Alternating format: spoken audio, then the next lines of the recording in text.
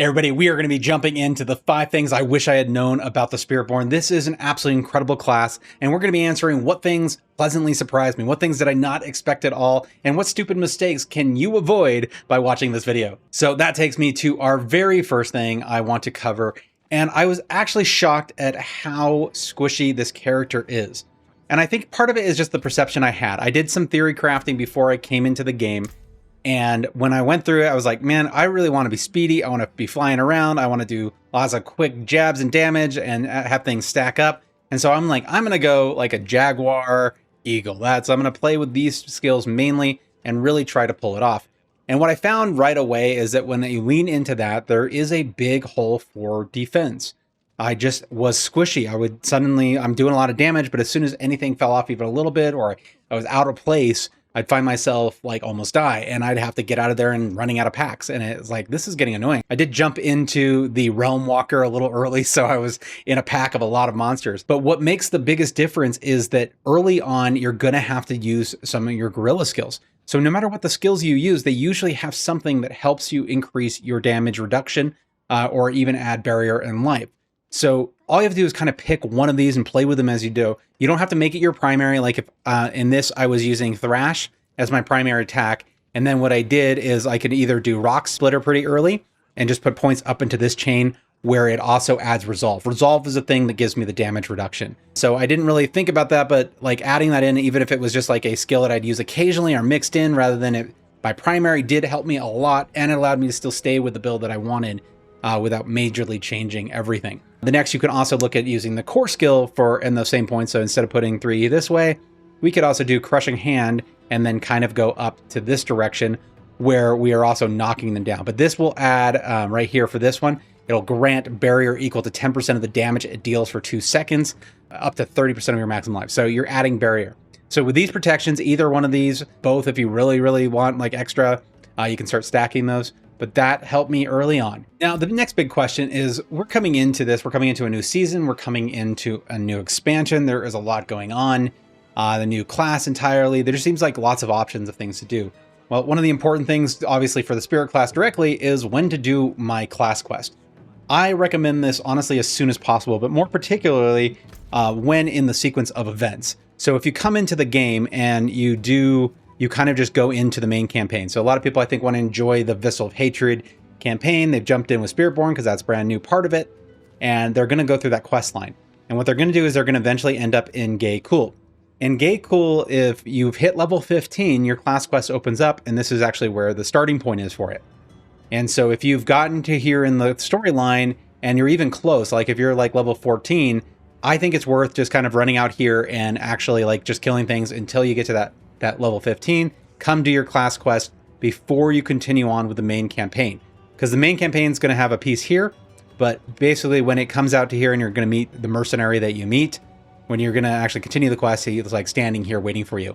So as soon as this is the next spot for your main campaign, I would just actually do my class quest first. You're going to get the quest start here, and then there is going to be up in this area somewhere is where the quest actually takes place. And so instead of going through, I was kind of like, there's just a lot of choices. I'm being pulled in multiple ways, but this does seem like the best thing other than being pulled down into the new area. And this is where you really kind of start reaching down into this bottom area. So this is a good time to come in and do it. So that brings me to the next thing. And this is something that I struggled with at first because I had it wrong in my head, but it actually makes more sense the way it's actually designed and gives us a lot more opportunities. And so if I come in here and I go to my Spirit Hall, this is what opens up after you complete your class quest that we just talked about. And you're going to get 2 choices. You're going to get your primary animal and you're going to get a secondary. You can choose both to be the same animal, so they just kind of overlapping. But this is the major skill, and then this is some sort of minor add-on. So the first thing I thought is I'm going to play Eagle Jaguar, and I thought I'd have something like this. I'd either have Jaguar at the top and then Eagle at the bottom and vice versa, because the skills will be designed for that animal. And so they would lean into things like Vulnerable, which is very much an Eagle thing, and a lot of the skills that you do apply that. So I thought this would be what we'd ultimately doing.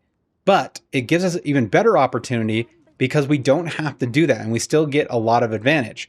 So if I go here and I actually have switch out to Gorilla, as we talked about early, is dealing with some of the the squishy issues, I had to actually have a skill that was active and I was using because I had to apply it to get the defense. With this, I no longer have to do that. So if right here, so casting a gorilla skill deals 100% thorns to enemies you hit and grants a barrier for 5% of maximum life up to 30%. You become very, very protected very fast. This barrier is absolutely amazing. You are in the thick of it a lot, especially if you're doing Jaguar as your main skill, you're jumping in, but most of the skills are jumping at the pack and then doing something. So you are spending a lot of time near monsters.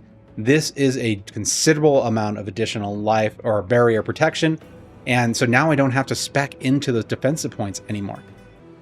The other thing that just added up into a way that it was really exciting for me, I thought was just a great change, is whatever you choose as your base, all have this. All skills are now the animal that you chose skills. So all from this point on, if I choose gorilla, and even though if I go back to my actual skills and abilities, let's go full here.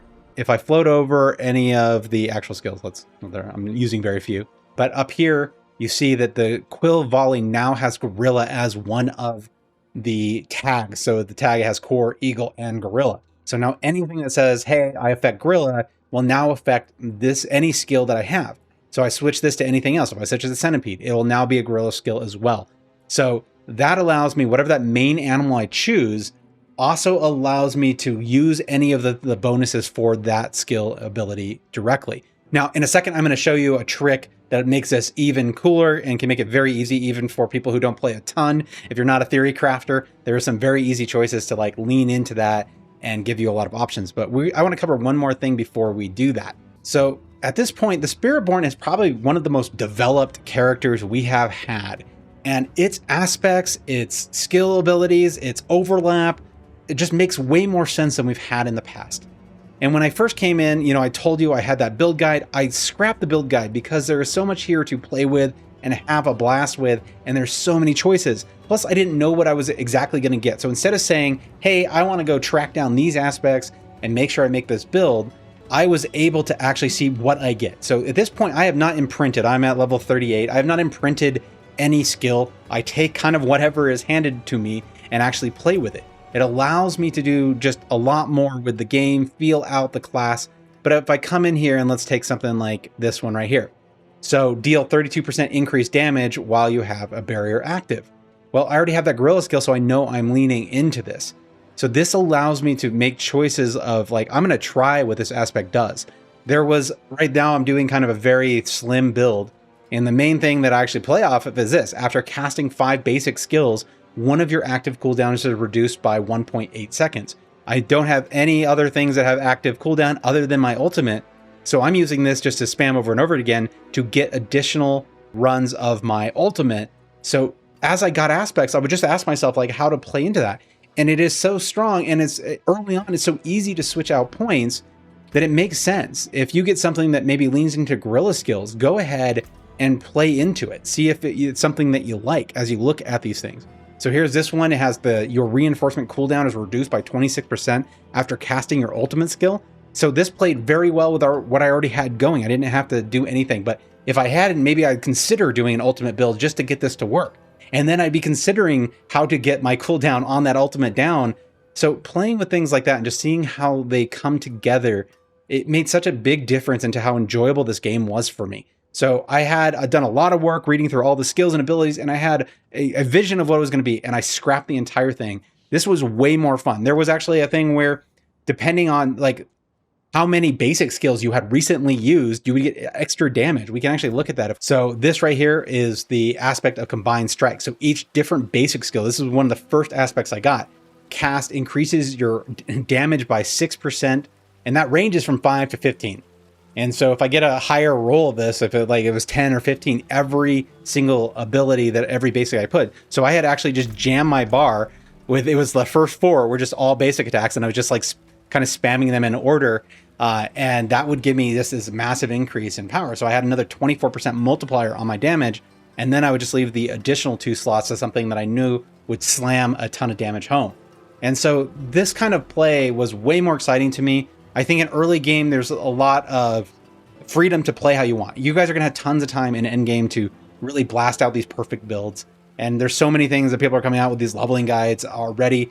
I think it's time, if you want to have the most fun, really enjoy, lean into what you're actually showing up and what you're getting, and then you can start to dial in and get a real feel for what you like. It did lead me to things that were very, like, things I would never do. I would never imagine throwing on all 4 basics, and I never would imagine doing a build that, up to, like, for the early leveling, I'm only using 3 attack abilities. I never really thought about that. I usually was like, oh yeah, this was going to be worth it.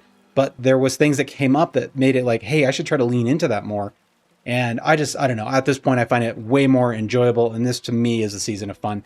But I do want to show you some way to make that even easier for you. Because maybe you're thinking, Joel, well, that's a lot. You know, like all the skills and abilities. You read through them. You did your build before. So you you have an advantage. But the major way that I did this right now is something that I kind of glanced over when we were looking at the occultist. But we'll start first by looking at it in abilities. So let's say that I found the thing that says, okay, for all the basic skills. So just out of curiosity, I want to look at my skill tree and I want to see if anything here affects basics. So obviously the basic attacks themselves do, that affects basics.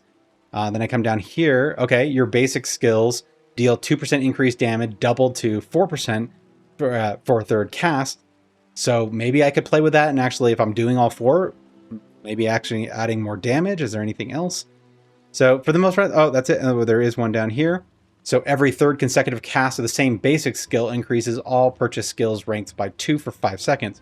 So this, I might change up my strategy where I'm hitting like maybe the first 3, like maybe I'm hitting, these 3, and then I spam this one 3 times in a row, and that's my combination. So I'm getting that extra damage of having multiple basics just recently used, and I'm getting the stack of this. Well, that's how you start to play with this. It's how you take a single aspect concept and then track anything else that makes sense to it. So let's imagine that we go back and let's look at ultimate, obviously our ultimate skills, but man, there's a lot in here. So, okay, what's my biggest issue with the ultimate though is actually not all, that's all down here. So all these things, whenever you use an ultimate, affect it. So there's things like adding more life or, making yourself unstoppable. So if I'm doing a build that is going more into ultimates, this may be a place to start looking at points. If I already have something that says, hey, when you jam your basic, then you're going to bring that cooldown. And so for that build, I also changed it up. I went to Thrash. I started leaning in because this has right here, ferocity. Ferocity is something that increases your attack speed. So if you read at the bottom, right at the bottom of this, ferocity increases your attack speed by 5% per stack. So then I might go, okay, so that's what I really wanted. I wanted this faster attack and I wanted a boost on it. Now I have a couple choices if I'm just trying to lean into this. Well, every 5 attacks, I can get the cooldown reduced on my ultimate. Well, and I know that if I'm attacking faster, so if I have more ferocity, that would make a difference. I can come up here again and take ultimate off and put ferocity on instead. So this is how you can get to at whatever level you are. This is how you can start making choices and seeing how things on your tree pull together based on an aspect that you just dropped or based on what things you're doing on the board itself. This gives you way more freedom to kind of play your way and enjoy it and also fix problems you have. Maybe I'm having a major issue with enough resources, and so I can come in here. The resource for this is vigor. I can look and see everything that affects vigor. So this is the coolest way to kind of like lean into different things and different aspects and feel like you're in control. And it doesn't stop here. The other thing I was mentioning on the occultist, when I come in here and I click on the Codex of Power, I can either type something directly, or again, I have an array of tags. These increase as you have more skills. This is early in the game, but this is how you can kind of start to tie your builds together and get the most out of it. Now, if you are jumping into Vessel of Hatred, you're definitely going to want to check out this video where I go through 16 tips and tricks to crush your Vessel of Hatred start.